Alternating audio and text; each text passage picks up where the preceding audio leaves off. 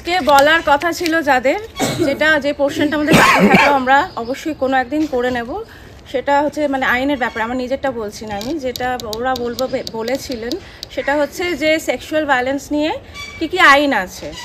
আগে ধর্ষণ আইন যেটা ছিল সেটা আবার নতুন ধারা হয়েছে বিএনএসে এখন যে ধারা হয়েছে উকিলরাই মনে রাখতে পারে না, তার কারণ সব নতুন হয়েছে, দেখে দেখে করতে হয়, হোয়াট এভার। তো এই যে সেক্সুয়াল অফেন্সের যে আইন কানুনগুলো, সেইটার তো একটা বিশাল পরিবর্তন হয়েছিল 2013 সালে ভার্মা কমিশনের পরে।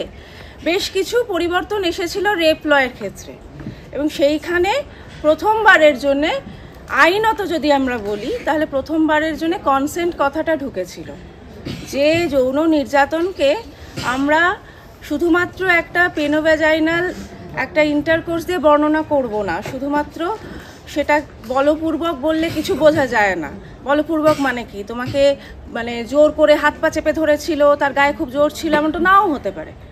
তো সেখানে বিষয় হচ্ছে, সবথেকে ইম্পর্টেন্ট বিষয় হচ্ছে যেটা, সেটা হচ্ছে কনসেন্ট ছিল কিনা, বোথ দ্য পার্টির কনসেন্ট ছিল কিনা, এবং এই কনসেন্টের ধারণাটা অর্থাৎ কিনা সম্মতি ছিল কিনা, দুজনেই হ্যাঁ বলেছিল কিনা।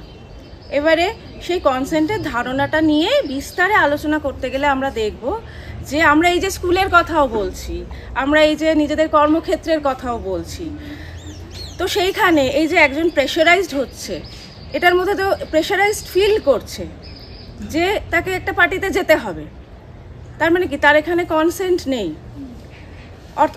অথবা এরকমও হতে পারে যে কিছুদিন আগে দেখা গেছে যে কিছুদিন আগে কোথায় আমার মনে পড়ছে না, উত্তরপ্রদেশে কি মিরাটে এরকম কিছু একটা কোনো স্কুল থেকে একটা কোনো ভিডিও ভাইরাল হয়েছে। সেখানে দেখা যাচ্ছে যে হেডমাস্টারের ঘরে একজন মহিলা, মানে তিনি একজন অ্যাসিস্ট্যান্ট টিচার, তারা দুজন অ্যাপারেন্টলি কোনো ফোর্স দেখা যাচ্ছে না, কিন্তু তারা দুজন হেডমাস্টারের ঘরে কিছু কাজকর্ম করছেন, যেটা সমাজের চোখে খুব খারাপ কাজকর্ম, মানে সেক্সুয়াল কিছু কাজকর্ম করছেন। এবারে সেটা তো ছড়িয়ে দেওয়া হয়েছে, হেডমাস্টার এবং সেই মহিলা দুজনেরই অবভিয়াসলি বদনাম হচ্ছে। সেই হেডমাস্টারের ক্ষেত্রে জানা যাচ্ছে যে তিনি আগেও এরকম নানা কিছু করেছেন, এবারে সেটাকে নাকি তার যারা সহকর্মী তারা সিসিটিভির মাধ্যমে এবারে ধরতে পেরেছে, এবার তারা দেখে নেবে এই ধরনের ব্যাপার। কিন্তু বিষয় হচ্ছে যে অ্যাপারেন্টলি দেখা যাচ্ছে যে মহিলা বডি ল্যাঙ্গুয়েজে কোনো ধরনের অসম্মতি প্রকাশ পাচ্ছে না, তাহলে কি তার কনসেন্ট ছিল নাকি ছিল না? এবার অ্যাপারেন্টলি মনে হবে কনসেন্ট ছিল, কিন্তু যেখানে হেডমাস্টার বা অফিসের বস তোমাকে বলছেন যে তুমি আমার সঙ্গে এই ধরনের একটা কাজে লিপ্ত হও, তখন কি তুমি সেটাকে একটা সোজাসাপটা প্রপোজাল, প্রেমের প্রস্তাব হিসেবে দেখবে, না তোমার মাথার উপর আরেকটা বার্ডেন থাকবে যে এ আমার থেকে তো ঊর্ধ্বতন, তাহলে এর প্রস্তাবে সায় না দিলে আমার তো প্রমোশন হবে না, আমার মাইনে আটকে যেতে পারে, আমাকে তো অমুক জায়গা থেকে বাদ দিয়ে দেওয়া হতে পারে। তাহলে এইটাকে আমরা কনসেন্ট বলবো কি বলবো না? প্রথমে যদি আমরা কনসেন্টের আলোচনায় ঢুকি তাহলে বিষয়টা খুবই সহজ, সেটা হচ্ছে যে আমার পছন্দ হলে আমি হ্যাঁ বলবো, আমার পছন্দ না হলে আমি না বলবো। বাচ্চাদের যদি আমরা কনসেন্ট শেখাই তাহলে আমরা কিভাবে শেখাই? বাচ্চাদেরও কনসেন্ট শেখানো যায়। বাচ্চাদের সেশন নিলে এইভাবে শেখানো হয় যে তুমি কি বন্ধুর টিফিন যখন খেতে ইচ্ছে করে তুমি কি কেড়ে খাও? তুমি কি ছো মেরে নিয়ে নিলে তারপর খেয়ে নিলে? এটা কি কোনো ভদ্রতা হলো? তখন বাচ্চা বলে না। তাহলে তুমি যখন কারোর গায়ে হাত দেবে, তুমি যখন কাউকে জড়িয়ে ধরবে, তাহলে তারও তো ছো মেরে নিয়ে নেওয়ার দরকার নেই, তার সাথে তুমি কথা বলো, তাকে জিজ্ঞাসা করো এই আদরে সে কমফোর্টেবল কিনা, ঠিক আছে? এইটা গেল একেবারে বাচ্চাদের মতন করে বোঝানো। কিন্তু যত মানুষ বড় হয়, একে তো মেয়েরা স্পষ্টভাবে যে না বলতে হয় সেটা তাদের শেখানো হয়নি, তাদেরকে এতটাই এভাবে বড় করা হয়েছে যে না বলাটা এক ধরনের অভদ্রতা, রিফিউজ করাটা এক ধরনের অভদ্রতা, এই ধরনের একটা শিক্ষা নিয়ে তারা বড় হয়েছে। তার উপরে তাদের মনে হয় যে যদি কোনো একটা অবাঞ্ছিত সেক্সুয়াল অ্যাডভান্সমেন্ট হচ্ছে তাহলে সেটার জন্য কোনো না কোনোভাবে সে নিজেই দায়ী। আমি কি এরকম কিছু করছিলাম যার জন্য সে আমাকে এটা বলল? তো সেটাও একটা না বলার ক্ষেত্রে বাধা সাধে। তো ইত্যাদি ইত্যাদি নানা কারণে আমাদের কাছে, আমাদের চোখে, আমাদের শরীরের বাউন্ডারি, আমরা কোথায় না বলবো, কোথায় মানে না বলাটা যে আমাদের অধিকার, সেটা আমাদের কাছে খুব একটা স্পষ্ট নয়। এতটাই অস্পষ্ট যে মানে অনেক মেয়ে সে কথা বলে তারপরে বুঝেছে যে একটা ব্রুটাল রেপ, যেরকম ও বললো যে রেপ মানেই তো ব্রুটাল, তো একটা যেরকম ধরো এরকম নির্ভয় বা অভয়ার ক্ষেত্রে আমরা সবাই জানি এটা রেপ, কিন্তু এমন অনেক মেয়ে আছে তাদের যারা কথা বলে তারপরে কথা বলতে বলতে তারপর বুঝেছে আচ্ছা ওটা রেপ ছিল, আসলে রেপ হয়েছিল আমার সাথে। কারণ সে ভাবছিল, ততক্ষণ পর্যন্ত সে ভাবছিল যে ঠিক আছে আমিও তো ছিলাম ওর সাথে, আমি বোধহয় কোনোভাবে এটাকে ইনিশিয়েট করেছি, আমি কি করেছিলাম, আমি তো তাকে কফি বলায় হ্যাঁ, কফি খাওয়ায় একসাথে হ্যাঁ বলেছিলাম, তাহলে নিশ্চয়ই আমি তাকে হাত ধরাতেও হ্যাঁ বলে দিয়েছি, তাহলে নিশ্চয়ই আমি তাকে চুমু খাওয়াতেও হ্যাঁ বলে দিয়েছি, তাহলে নিশ্চয়ই আমি তাকে সেক্সুয়াল ইন্টারকোর্সেও হ্যাঁ বলে দিয়েছি। এরকম তো ব্যাপারটা নয়। একটা জিনিসে হ্যাঁ বলা মানে তো তারপরের সমস্ত স্টেপগুলোতে হ্যাঁ বলা নয়। তাহলে প্রত্যেকটা স্টেপের জন্যই আলাদা আলাদা করে কনসেন্ট দরকার হয়, এবং যেখানেই কনসেন্ট ভায়োলেট করা হচ্ছে একটা যৌন সম্পর্কের ক্ষেত্রে, সেই মুহূর্ত থেকে একটা মোলেস্টেশন হয়, তারপরে আবার কিছু ক্রাইটেরিয়া ফুলফিল করলে সেটাকে আমরা রেপ বলি। এবং তারপরে এই যে 2013 সালের কথা বললাম, তখন এই কনসেন্টের কথাটা যেমন এলো, আরও নানা দিক থেকে এই রেপের সংজ্ঞাটা এতটাই মানে প্রবর্ধিত হলো, এক্সটেন্ডেড হলো, যে অনেকেই রিয়েলাইজ করলেন যে ও আচ্ছা 2013 সালে যেটা বলা হয়েছে রেপের সংজ্ঞা, যেখানে শুধুমাত্র পিনাস আর ভ্যাজাইনার কথা বলা হয়নি, এটা কনসেন্ট ছাড়া, কনসেন্ট তো একটা মানসিক ব্যাপার, একটা কমিউনিকেশনের ব্যাপার, শুধু সেটা বাদ দিয়ে একেবারে বডি পার্টের কথাও যদি আমি ধরি, তাহলে 2013 সালের ওই আইন অনুসারে শুধুমাত্র পিনাস আর ভ্যাজাইনা ওরকম ব্যাপার নয়, ঠিক আছে?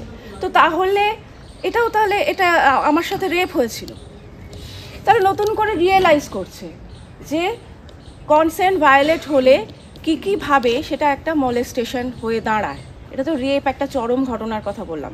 এবারে আরও যে আইন আছে মোলেস্টেশন সম্পর্কে, কিংবা ধরা যাক একটা আইনের নাম আছে যে খুবই মানে মধ্যযুগীয় নাম, যে উইমেনদের মডেস্টি, ঠিক আছে, মডেস্টিকে হার্ম করা। হ্যাঁ, তো সেই আইনটাতে মানে এই আপাতভাবে সেই নামটা তো খুব খারাপ, উইমেন মানে ফিমেলদের মডেস্টি আবার কি, যাই হোক, কিন্তু সেই আইনের আওতায় এটাও পড়ে যে দেখবে যে যখন মোবাইল ফোন উঠেছিল তখন রাস্তায় ঘাটে সবাই মোবাইলে মেয়েদের ছবি তুলতো, মানে কোনো পারমিশনের বালাই নেই, ঠিক আছে? তো তুমি কাউকে তার পারমিশন ছাড়া ছবি তুললেও তাকে কিন্তু জেল খাটানো যায়। এখানেও কিন্তু কনসেন্ট ইম্পর্টেন্ট। তো এখানে যে বাচ্চা বা টিনেজাররা আছে, তাদের ক্ষেত্রে এটাই বলার কথা যে এই কনসেন্ট বা সম্মতি সম্পর্কের ক্ষেত্রে এটা বোঝা খুব দরকার। যাদের নতুন নতুন সম্পর্ক গড়ে উঠছে, মানে বড়রাই এত বয়সে গিয়ে বুঝছে, বাচ্চারা তো আরোই বোঝে না।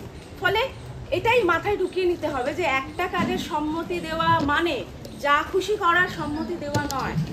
আমি সিনেমা দেখতে যাব বলেছি তার সাথে মানেই আমি তাকে বলিনি যে আমার হাত ধরতে, বা আমি হাত ধরতে বলেছি মানে আমি তাকে চুমু খেতে বলিনি। প্রত্যেকটা ব্যাপারেই আলাদা আলাদা করে সম্মতির প্রয়োজন।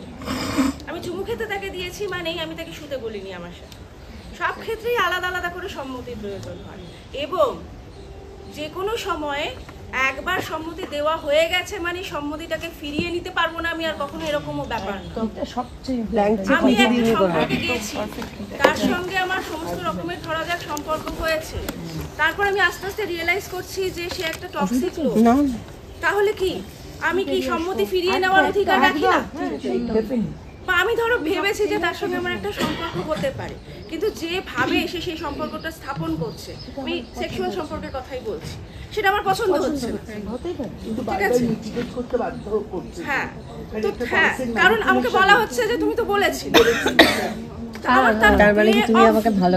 এটা পছন্দ হচ্ছে না, তো সেটাতেও আমি কিন্তু কনসেন্ট উইথড্র করতে পারি। যারা ব্যাপারটাকে ধোঁয়াশা করে রাখতে চায়। ম্যাম, আমি একটা কথা বলতে পারি? বিষয়টা হলো আমরা তো কালীঘাটে থাকি, তো কালীঘাটে এমন হয় কি যে যে মানুষরা যারা দাঁড়ায় বাইরে, তাদেরও তো কনসেন্ট ছাড়া ফটো তুলে নিয়ে চলে যায়, বা যারা সিনেমা করতে আসে তারাও তো তাদের কনসেন্ট ছাড়া ভিডিও করে নিয়ে যায়। হ্যাঁ, একেবারে, মানে ধরা যাক শুধুমাত্র কাস্টমার যারা তারা তারা সেটুকুই করতে পারেন যেটুকুর জন্য তিনি পয়সা দিয়েছেন, ঠিক আছে? তিনি ছবি তোলার জন্যে, তিনি যদি ছবি তুলতে চান তিনি পারমিশন চাইবেন। তারা কিন্তু কাস্টমার নয়, আমি বুঝতে পেরেছি, আমি বলছি যারা কাস্টমার তারাও টাকা দিয়েছে, যারা তারাও পারে না, তারাও যা খুশি ওইটুকুই করতে পারে যেটুকু করার তিনি পারমিশন দিয়েছেন। এবারে সেটা সিনেমা আর্টিস্ট হোক, এমনকি যদি কেউ সমাজসেবীও হয়, ঠিক আছে, সে যদি একটা কিছু করতে গেছে, সেখানে একটা ইয়েতে মানে একটা কোনো একটা সোশ্যাল ওয়ার্ক করতে গেছে, সে কোনো কনসেন্ট ছাড়া কোনো ওখানকার আমি গেছি আমি এটা দেখাচ্ছি এটা করতে পারে না, ঠিক আছে? এবারে স্মৃতিপর্ণার সঙ্গে বাচ্চাদের ছবি থাকে, তার কারণ হচ্ছে স্মৃতিপর্ণার সেই সম্পর্ক আছে বাচ্চাদের সাথে, যেভাবে আমার সাথে আমার মেয়ের ছবি থাকে, সেখানে সেই রকমভাবেই ওই ফিলিয়াল অ্যাফেকশনটা আছে বলেই তারা ওর সঙ্গে সঙ্গে ঘুরে বেড়ায়, ওর ছায়ার মতন এখানে এসেছে, সেই ব্যাপারটা আলাদা। কিন্তু একজন কেউ র্যান্ডম মানুষ যে আমার জীবনের সঙ্গে কনসেন্ট নিয়েই, মানে যারা ওদের মায়েদের কনসেন্ট প্রথমে, এখন তো যারা বড় হয়ে গেছে তারা 18-এর উপরে হয়ে গেছে তাদের কনসেন্ট প্লাস মানে মায়েদের কনসেন্টটা কিন্তু সবসময় ইম্পর্টেন্ট। যারা এখনো 15-16 এখন ওদের মায়েরা বলে যে তুমি যা কোর্স ডিসাইড করবে বা তুমি যেখানে পড়াবে সেটা তুমি দেখে নাও, আমরা ঢুকবো না, তো ওই কনসেন্টটা সবসময় থাকে আর কি। আমার মেয়ে তো মাঝে মাঝেই যদি মাঝে মাঝে ও ছবিটা ভালো হয়েছে কিনা এটা আমি একটা আর কি অ্যানেকডোট দিচ্ছি আর কি, হাসির কথা। ছবিটা যদি ভালো ওর পছন্দ হয় তাহলে রাখা যাবে, আর না হলে ছবিটা যদি পছন্দ না হয় বলবে আমার কনসেন্ট নিয়েছিলে। আচ্ছা না, তারপর আরো আছে এবার কনসেন্ট ভাবা, তুই বড় হয়ে গেছিস ঠিক আছে আর আমি তোর ছবি দেবো না ফেসবুকে। কিছুদিন পর তুমি তো আর আঁখি অ্যালবামটায় ছবি না। তো যাই হোক, তো এবারে বিষয় হচ্ছে যে ছবি তোলার মতন একটা সাধারণ ব্যাপারেও কনসেন্ট দরকার। তার পিছনের কারণ হচ্ছে যে আমার মগজ যেটা কনসেন্ট দেয় সেটা আমার, এবং আমার শরীরটাও কেবলমাত্র আমার বডি হচ্ছে আমার বাউন্ডারি, সেই বাউন্ডারিতে অবশ্যই আমি প্রবেশ করতে দেব যাকে আমার পোষাচ্ছে তাকে, ঠিক আছে, যাকে আমি ভালোবাসি তাকে, কিন্তু বাকিদের তো নয়, তাদের আমার কাছ থেকে কনসেন্ট নিতে হবে, এমনকি আমার ছবি তুলতে গেলে। তো এইখানে এই ফলে ওই কনসেন্ট ব্যাপারটা খুব গুরুত্বপূর্ণ হয়ে ওঠে, এবং মানে এখান থেকে এই কনসেন্টের ধারণা থেকে ওই যে 377 যেটা নিয়ে এই এত আন্দোলনের LGBTQদের এত আন্দোলন, 377 কি করা হয়েছিল, তুলে তো দেওয়া হয়নি, লেখা হয়েছিল যে ওই উইদাউট কনসেন্ট, হ্যাঁ ঠিক আছে, উইদাউট মানে কনসেন্টের ব্যাপারটা ওখানে ঢোকানো হয়েছিল যে কনসেন্ট ছাড়া করা যাবে না, কিন্তু কনসেন্ট থাকলে করা যাবে। তাহলে কি আগে লেখা ছিল যে পিনোভ্যাজাইনাল সেক্স ছাড়া যে ধরনের অ্যানাল সেক্স ইত্যাদি সবই হচ্ছে মানে ক্রিমিনাল অফেন্স, হ্যাঁ, তা এখন তারপরে লেখা হলো যে উইদাউট কনসেন্ট হলে তখন অফেন্স। এখানেও কিন্তু কনসেন্টের ধারণাটা ইম্পর্টেন্ট হয়ে উঠলো। এবারে খুবই দুঃখের বিষয় হচ্ছে যে ওরা বুঝলোই না, পরে যখন যারা বিএনএস করেছে তারা ভাবলো যে ও আচ্ছা 377 এটা তো পুরো মানে বাতিলই হয়ে গেছিলো, তাহলে ওইটার কোনো অপশনই রাখলো না, ওই আইনটাকেই পুরো তুলে দিল, যেটা নিয়ে অনেক দিন আগে তো একটা কেওয়াস হয়েছিল, এই আইনটা বোধহয় বাতিল হয়ে গেছে। তার ফলে কি হলো যে অ্যানাল সেক্স যদি কেউ উইদাউট কনসেন্ট করে, মানে কি না ট্রান্স পার্সনদের জন্য বা ধরো গে পার্সনদের জন্য, তারা তো অ্যানাল সেক্সই করে, এবার সেটা যদি রেপ হয় সেটা তুমি কিভাবে আইন দিয়ে ডিফাইন করবে? তাহলে এরকম একটা আইন থাকা উচিত যে যেখানে আমরা বলবো যে ওই যেটা ছিল আর কি পরে যেটা 377-এ হয়েছিল যে উইদাউট কনসেন্ট এই ধরনের সেক্সগুলো হলে সেইগুলো হচ্ছে অফেন্স। তো তার ফলে যে কোনো ধরনের সেক্সুয়াল ভায়োলেন্স নিয়ে আলোচনা করতে গেলে এই কনসেন্টের ধারণাটা, সেটা আইনের কথাই বলো বা কমন সেন্সের কথাতেই বলো, কনসেন্টের ধারণাটা এই কারণে খুবই ইম্পর্টেন্ট হয়ে ওঠে। তো ফলে আমাদের নিজেদের এখন ভাবতে হবে যে উইদাউট কনসেন্ট কখনো কি আমাদের সাথে কিছু হয়েছে? যদি আমরা নিজেরা ভেবে বুঝি যে হ্যাঁ হয়েছে, তাহলে কোনো ধোঁয়াশা না রেখে এটা ঢুকিয়ে নেওয়া উচিত মাথায় যে এটা হওয়া উচিত হয়নি, এটা ভুল হয়েছে, এটা ঠিক হয়নি, এটা অফেন্স হয়েছে। যারা এটা এই সমস্ত মানে যারা পিতৃতান্ত্রিক মানুষ, তারা দেখবে যে একটা ধোঁয়াশা তৈরি করে রাখে ইচ্ছে করে, অনেক ধরনের জোক মানে জোকিউলার মোডে বলে যে ও আচ্ছা তাহলে প্রত্যেকটা ক্ষেত্রে কি এগ্রিমেন্ট সই করাতে হবে, হ্যাঁ টিক দিলাম সই করলাম এরকম না। ব্যাপারটা আসলে কনসেন্টের ব্যাপারটা এতটাও ধোঁয়াটে নয় যতটা ধোঁয়াটে করে রাখা হয়। ঠিক আছে, মানে আসলে বোঝা যায় যে কেউ হ্যাঁ বলছে, মানে কেউ না বলছে, যদি মুখে নাও বলে তার শরীর দেখে, তার শরীরের ভাষা দেখে বোঝা যায় যে সে না বলছে। যখন মানুষ বুঝতে অস্বীকার করে তখন নো মিন্স নো বলে যে আন্দোলনটা হয়েছিল আমেরিকায়, সেটা আবার একজন বারটেন্ডারকে নিয়ে হয়েছিল। মানে একজন বারটেন্ডার, সে রেপড হয়েছিল এবং তারপর বলা হয়েছিল আচ্ছা ও তো রাতে বেরিয়েছিল, ও তো বারে কাজ করে, তাহলে তো এগুলোই হচ্ছে ইমপ্লয়েড কনসেন্ট, ধরে নেওয়া হচ্ছে যে এগুলোই কনসেন্ট। তখন নো মিন্স নো আন্দোলন শুরু হয়েছিল। পরে যখন নো মিন্স নো আন্দোলন হচ্ছে এবং এই ধরনের বিতর্কগুলো করা হচ্ছে যে তাহলে যাদের মধ্যে প্রেম আছে তারা কি প্রত্যেক সময় এই জিজ্ঞেস করবে, হ্যাঁ বলবে না? তো অনেক সময় মুখে না বললে আমরা বুঝবো কি করে? মুখে যদি না বলে আমি বুঝতে পারিনি বডি ল্যাঙ্গুয়েজ দেখে। যেটা ওই লোকটার নাম কি, ওই পিপলি লাইভের যে ওই লোকটা, আরে ওই ডাইরেক্টর ফারুক, না কি একজন ডাইরেক্টর ছিল না, নামটা ভুলে, পিপলি লাইভে যে ডাইরেক্টর ছিল তার এগেইনস্টে কেস, আমির খানের ওয়াইফ ছিলেন, না আরেকজন কি নামটা ভুলে, ফারুকি কিছু একটা, ফারুকি ছিল, কিছু একটা ছিল, সার্চ করলে পাবে। ও দেখবে ওর এগেনস্টে একটা রেপ কেস ছিল, মহিলা বিদেশি ছিলেন এবং ওনার কাছে কিছু একটা কোর্স করছিলেন, উনি একা বাড়িতে ডেকেছিলেন এবং তারপরে মদ টদ খাওয়া হয়েছে, তারপরে মহিলার ইচ্ছে ছিল না, তা সত্ত্বেও ওনাকে বলা হয়েছে যে ওনার এটা ছিল যেটা উনি ওরাল সেক্সে বাধ্য করেছেন। ঠিক আছে, বা ধরো এই যে আমি নামগুলো সব ভুলে যাচ্ছি, আরেকটা যে লোক, আরে আমাদের প্রচন্ড রকমের আতেল যে লোকটি, হ্যাঁ তুমি যার কথা এখন বললে মোহাম্মদ ফারুকি। ঠিক আছে, আর ওই লোকটার নাম কি যে ওই রিপোর্টার ছিল বিখ্যাত,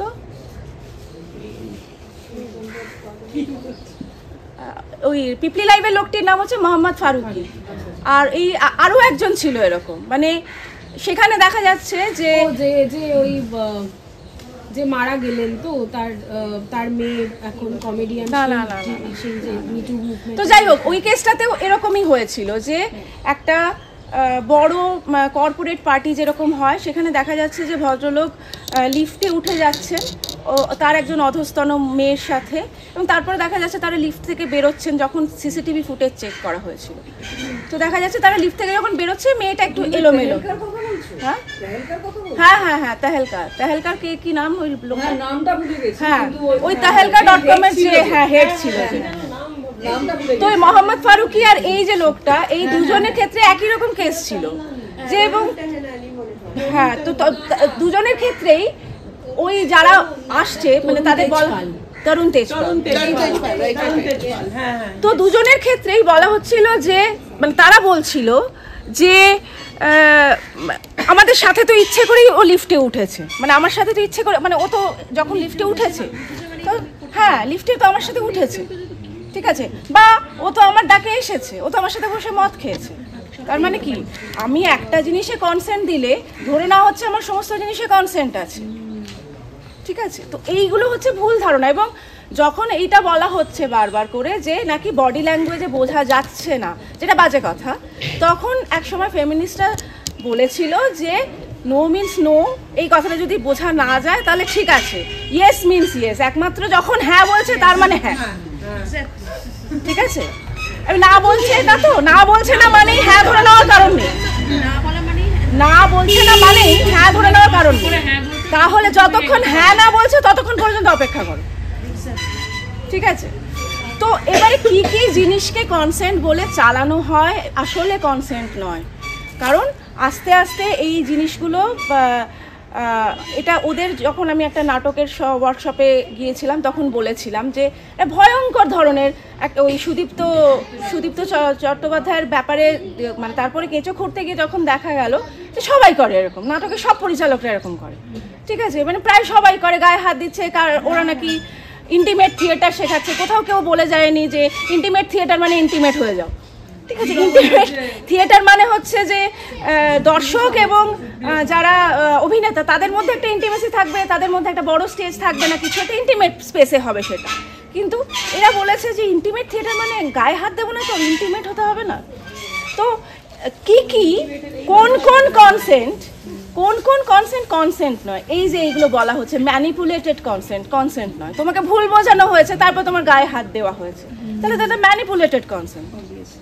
বা এই যে ধরো তোমাকে এমনিতে বলা হচ্ছে না বা টেনে নিয়ে যাওয়া হচ্ছে না, কিন্তু ম্যানিপুলেট করা হচ্ছে, না হলে তোর সাথে ডিসকাস করবো না, তোমাকে যেতে হবে রাতের পার্টিতে, তাহলে তুমি যদি কনসেন্ট দিয়ে দাও, এটা কনসেন্ট নয়, এটা ম্যানিপুলেটেড কনসেন্ট। ড্রাঙ্কেন কনসেন্ট কোনো কনসেন্ট নয়।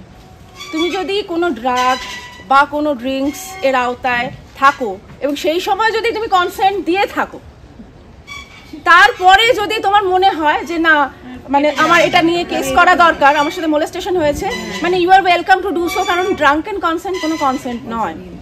তুমি ফেসবুকে খুললে মিটু নিয়ে যে কেসগুলো দেখবে তার মধ্যে বেশিরভাগই বলবে এটাই বলবে যে কিছু একটা মদের যোগাযোগ আছে, আমি গিয়েছিলাম ওখানে মদ খেয়েছিলাম, তারপরে এরকম হয়েছে, এবং তারপরে ও আচ্ছা ও তো ওখানে গিয়েছিল, তাহলে তো নিশ্চয়ই ওরও দোষ ছিল। কিন্তু স্পষ্টভাবে বলা হচ্ছে যে ড্রাঙ্কেন কনসেন্ট কোনো কনসেন্টই না। তাহলে ড্রাঙ্ক অবস্থায় তুমি কোনো চেষ্টাই করবে না, কারণ যে কোনো মুহূর্তে, আমি যদি ছেলেদের দৃষ্টিভঙ্গি থেকে ভাবি, তাহলে যে কোনো মুহূর্তে তুমি অ্যাকিউজড হয়ে যেতে পারো, তুমি করবে কেন? তাহলে ব্যাপারটা যতটা ধোঁয়াশা করে রাখছো, ব্যাপারটা অতটাও ধোঁয়াশার নয়, অতটাও ধূসর নয়। তুমি সঠিকভাবে ইনফর্মড হলে আর তোমার সদিচ্ছা থাকলে ধোঁয়াশাগুলোর জায়গা নেই খুব একটা, যে এই কাজগুলো আমি করব না। বা মেয়েরাও ভাববে যে এই জায়গাগুলোতে আমাদের বাউন্ডারি টানতে হবে। তো বা ধরা যাক স্লিপিং কনসেন্ট, এরকম কেস মানে এসেছে আমার কাছে যে ঘুমন্ত অবস্থায়, এবং কে করছে, ধরো হাজব্যান্ডই করছে, প্রেমিকই ধরো করছে, এবং তারপরে যখন সে জেগে উঠছে তার একটা প্রচন্ড রকম বাজে ফিলিংস হচ্ছে, যে কারণ তার তো কোনো পার্টিসিপেশন ছিল না এতে। হ্যাঁ উনি খাচ্ছেন, ড্রাইভার যিনি খাচ্ছেন উনি। তো ওই সেই ঘুমন্ত অবস্থায় যে কনসেন্ট দেওয়া হয় সেটারও কোনো মূল্য নেই, মানে ওই সময় কনসেন্টের কোনো মূল্য নেই। তাহলে ড্রাগের আন্ডারে যদি কনসেন্ট দেওয়া হয়, যদি ঘুমন্ত অবস্থায় কনসেন্ট দেওয়া হয়, মদ খেয়ে যদি দেওয়া হয়, এগুলো হচ্ছে সেগুলোকে মলেস্টেশনই ধরা হবে। তুমি যদি ম্যানিপুলেট করো কনসেন্টটা ভুল বুঝিয়ে, তাহলে সেটাকেও একটা ম্যানিপুলেটেড কনসেন্ট ধরা হবে, যার কোনো যেটাকে কনসেন্ট হিসেবে ভ্যালিডিটি নেই। কিংবা যদি পাওয়ার স্ট্রাকচারে থাকো, তুমি যদি অফিসের বস হও, তাহলে আর তোমার যদি খুব প্রেম জাগে কোনো অধস্তনের প্রতি, যদি আমি ধরে নিচ্ছি যে সে মলেস্টার নয়, বেশিরভাগ ক্ষেত্রেই হয় না, কিন্তু ধরে নিচ্ছি যে সে খুব ভালো লোক, তাহলে তাকে তো সাবধানে যেতেই হবে, কারণ অবশ্যই এখানে পাওয়ার স্ট্রাকচারের প্রশ্ন আসবে, যে সে কোনো ধরনের পাওয়ার এক্সারসাইজ করছে কিনা, মেয়েটি কোনোভাবে এইভাবে বাউন্ড হয়ে যাচ্ছে কিনা যে তাকে হ্যাঁ বলতেই হবে, তা না হলে তার ক্যারিয়ারের সমস্যা হবে। বা এই যে প্রথম যে ভারতের মিটু লিস্টটা বেরিয়েছিল, ঠিক আছে, সেখানে কি দেখা গিয়েছিল, মানে সেটা তো ছাত্রীরা বের করেছিল, সমস্তটাই প্রফেসরদের নাম ছিল। তাহলে কি একজন ছাত্রী যখন প্রফেসরদের নাম দিচ্ছে, তখন তারা বেশিরভাগই বলছে না যে আমাদেরকে জোর করেছিল, দেয়ালে ঠেসে ধরেছিল, সেরকমও হয় ইউনিভার্সিটি, কিন্তু বেশিরভাগ ক্ষেত্রেই বলছে যে আমাদের যেতে বাধ্য করেছিল, আমাদের বলেছিল যে কফি খেতে যেতে হবে ভালো মার্কস পেতে গেলে, ইত্যাদি ইত্যাদি। তাহলে এই কনসেন্টগুলো তো কনসেন্ট নয়। সুতরাং পাওয়ার স্ট্রাকচারে যদি তুমি থাকো, তাহলে তোমাকেই সচেতন হতে হবে। তুমি যদি পাওয়ার স্ট্রাকচারের উপরের দিকে থাকো, সেটা তুমি অফিসের বস হও, ছাত্রী বা ছাত্র, তাদের সাথে, সে বয়সে ছোট, তাদের সাথে উঠতে পারছে না, একজন যাও, তো ম্যানিপুলেটেড কনসেন্ট নয়। পাওয়ার স্ট্রাকচারে যদি থাকে কেউ, তাহলে মানে সে অফিসের বসই হোক, বা ধরো টিচার, ক্রিয়েটিভ ডিরেক্টর, নাটকের ডিরেক্টর হোক, বা পার্টির বড় নেতাই হোক, ঠিক আছে, এটা খুব ইম্পর্টেন্ট। পার্টির মধ্যে অনেক কিছু হয়, সমস্ত জায়গার মতোই, সেটাও একটা কর্মক্ষেত্র, তো সেখানেও হয়। তো ফলে এই জায়গাগুলোতে কনসেন্ট থাকলেও, মানে কনসেন্ট আপাতভাবে থাকলেও আমরা কনসেন্ট বলে ধরবো না। এবং এই ব্যাপারে আমরা মানে যারা নির্যাতক হয়ে উঠতে পারি আর যারা নির্যাতিত হয়ে উঠতে পারি, তারা সবাই সচেতন থাকবো নিজেদের শরীরের বাউন্ডারি সম্পর্কে। সেটা কি শুধু শরীরের হয় না, মস্তিষ্কেরও হয়। আমার আমি যা ভাবতে চাইছি আমাকে সেটা ভাবতে দেওয়া হচ্ছে না, একটা নির্দিষ্ট লাইনেই আমাকে ভাবতে হবে। সেক্ষেত্রেও কতটা আমি ব্রেন ওয়াশিংকে জায়গা দেব সেই আলোচনায় আমি আর যাচ্ছি না। তো বিষয় হচ্ছে যে এই সম্পর্কে যদি সচেতন আমরা না হই তাহলে আমরা প্রথমে তো এটাকে বুঝতে পারবো যে এটা আমাদের সাথে একটা অফেন্স হয়েছে, একটা সেক্সুয়াল অফেন্স হয়েছে। একদিন একটি মেয়ে আমাকে ফোন করলো, তাকে আমি চিনি না, সে ফেসবুকে আমাকে দেখে। তো সে আমাকে ফোন করলো যে আমি মোলেস্টেড হয়েছি গতকাল। এবারে গতকাল আমি মোলেস্টেড হয়েছি, আমি আজকে পর্যন্ত আমাকে থানায়, আমি কালকেই থানায় ফোন করেছিলাম, থানায় আমাকে বলেছে যে ঠিক আছে আপনি কালকের মধ্যে রিপোর্ট করুন। এরকম কোনো নিয়ম নেই যে কালকের মধ্যেই করতে হবে, দেরি করেও লোকে করতে পারে, কিন্তু অবভিয়াসলি লিগালি একটা ভ্যালিডিটি বেশি পায় যে লোকটা এতটাই বিপর্যস্ত ছিল যে তড়িঘড়ি করেছিল, মানে রিপোর্ট করেছিল। না হলে বিপক্ষের উকিল নিজের মতন করে সাজায় তো যে ও আচ্ছা এ তো দুদিন পরে রিপোর্ট করেছে, তাহলে নিশ্চয়ই ভেবে চিন্তে একটা প্ল্যান করেছে। তো কিন্তু আমি বাড়িতে এসে বলছি, কেউ তো যেতে চাইছে না আমার সাথে এবং আমাকে বলছে, বারণ করছে এটা করতে। আর আমি থানায় একা যেতে পারবো না, মেয়েটি থাকে ট্রেন ধরে যেতে হয়। মেয়েটির মোলেস্টেশন হয়েছে দমদমের কাছে, ওকে রিপোর্ট করতে হবে দমদমের থানায়। তো ফলে আমি থানায় একা যেতে ভয় পাচ্ছি। তো তারপরে মানে ও এখানে একজনের কাছে, ও আর্ট কলেজে মানে ভর্তি হতে চায়, সেই কারণে একজনের কাছে ও কোচিং নিত আর্ট কলেজে ভর্তি হওয়ার জন্য, আঁকে ভালো আরও বেটার করার জন্য, যাতে অ্যাডমিশন টেস্টে চান্স পায়। তো তারপরে আমি গেলাম, মানে মেয়েটি এটা বলেছিল যে আমার সাথে অতীতেও এরকম হয়েছে, তখনও আমাকে বলেছিল যে কাউকে বলতে হবে না। এখনও যদি আমি না বলি, বারবার না বললে আমার নিজেকে একটা পাপোশ বলে মনে হচ্ছে। ঠিক আছে, আমার এইবারে রিপোর্টটা করা দরকার, ওর শাস্তি হোক কি না হোক, আমার নিজের যে আমি একটা মানুষ এটা বোঝার জন্য আমার রিপোর্টটা করা দরকার। তো ঠিক আছে, আমি গেলাম দমদম থানায়, ওখানে হলো। ও পুলিশ বললো যে ঠিক আছে, শুনলো পুরোটা, তারপর বললো কোনো মেডিকেল করিয়েছিলেন? ও বললো যে না। তো বললো ঠিক আছে, ভালো হয় একটা মেডিকেল যদি করিয়ে আনেন, কোনো স্ক্র্যাচ ফ্র্যাচ যদি থেকে থাকে, আর কালকে একটা সাদা কাগজে লিখে আনুন, সাদা কাগজেই এফআইআর লেখা হয়, নিজের মতন করে আপনার বয়ানটা লিখে আনুন। তো তারপরে সেই রাতে ও আর বাড়িতে গেল না, ওর বাড়িতে অনেক দূরে, রাত হয়েছিল, আমার বাড়িতে এলো। তারপরে সে যে বর্ণনাটা দিল, তো সেই বর্ণনাটা দেখে, মানে বর্ণনাটা শুনে বোঝা গেল যে সেটা আসলে রেপ, যেটাকে ও ভাবছিল মোলেস্টেশন। ঠিক আছে, তাহলে আমাদের কনসেন্টের ধারণা ক্লিয়ার নয় না, কোনো ওখানে কোনো পিনোভ্যাজাইনাল মানে ঢোকানো ইনসারশন নেই। ঠিক আছে, তাকে জোর করে চেপে ধরা হয়েছে, তারপরে পাওয়ার তো এমপ্লয় করা হয়েছেই, তারপরে ছেলেটি মাস্টারবেট করেছে ওর গায়ের ওপরে। তো এটা রেপ, মানে সংজ্ঞা অনুসারে রেপ, এটা আইন অনুসারে রেপ।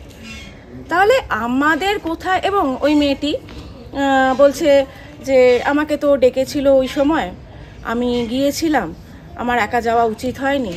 তারপরে আমার ওই মেয়েটির বলছিল যে আমার একটা চাহিদা ছিল, সেটা হচ্ছে যে ও একবার আমাকে সরি বলুক।